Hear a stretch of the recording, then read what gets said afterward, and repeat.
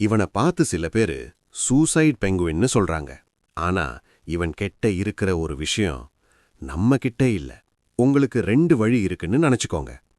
Left side ஒரு வழி போகுது, ரைட் சைடு ஒரு வழி போகுது. லெஃப்ட் சைடுல போனா ஃபேமிலி, ஃப்ரெண்ட்ஸ், ரிலேட்டிவ்ஸ் எல்லாரும் உங்களை பார்த்து சிரிப்பாங்க, கேலி பண்ணுவாங்க, இவனுக்கு மூளையே இல்லைன்னு சொல்லுவாங்க. ஏன்னா அது நீ ஆசைப்படுற மாதிரி வாழ்ற வாழ்க்கைக்கு போற வழி.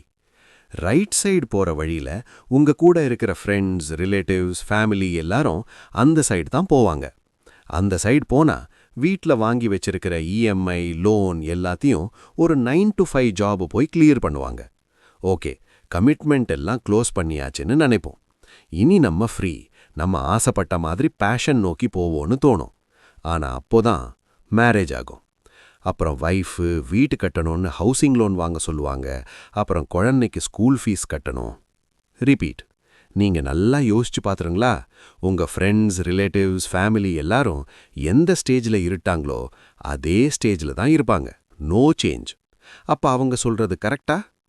ஆனா நீங்க லெஃப்ட் சைடை சூஸ் பண்ணினா உங்க பேஷன் நோக்கி போகும். ஸ்டார்டிங் ரொம்ப கஷ்டமா தான் இருக்கும். உங்களை பார்த்து சிரிப்பாங்க, முட்டாள்டா நீன்னு சொல்லுவாங்க. ஆனா அது எல்லாம் கொஞ்ச நாள் தான். 6 months இல்லாட்டி 1 year. நீங்க கஷ்டப்பட்டா அடுத்த ஸ்டேஜ்ல ஊர்ல டாப்ல நீங்க தான் இருப்பீங்க. அப்போ யாரெல்லாம் முன்னாடி உங்களை சிரிச்சானோ, வேஸ்ட்டு, முட்டாள்னு சொன்னாங்களோ அவங்களே சொல்லுவாங்க, நான் அப்பவே சொன்னேன்பா இவன் பெருசா வருவான்னு. பாரு எவ்வளோ பெரிய ஆளா இருக்கிறான்னு.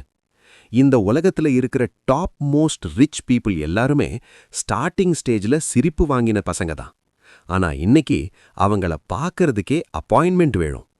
இப்ப நீங்க யோசிச்சு பாருங்க, நமக்கு இருக்கிற ஒரு வாழ்க்கை, அத அடுத்தவங்களுக்காக வாழறது வாழ்க்கையே இல்ல. இப்ப நீங்க தான் சொல்லணும், நீங்க எந்த வழியில போக போறீங்கன்னு கமெண்ட்ல சொல்லுங்க.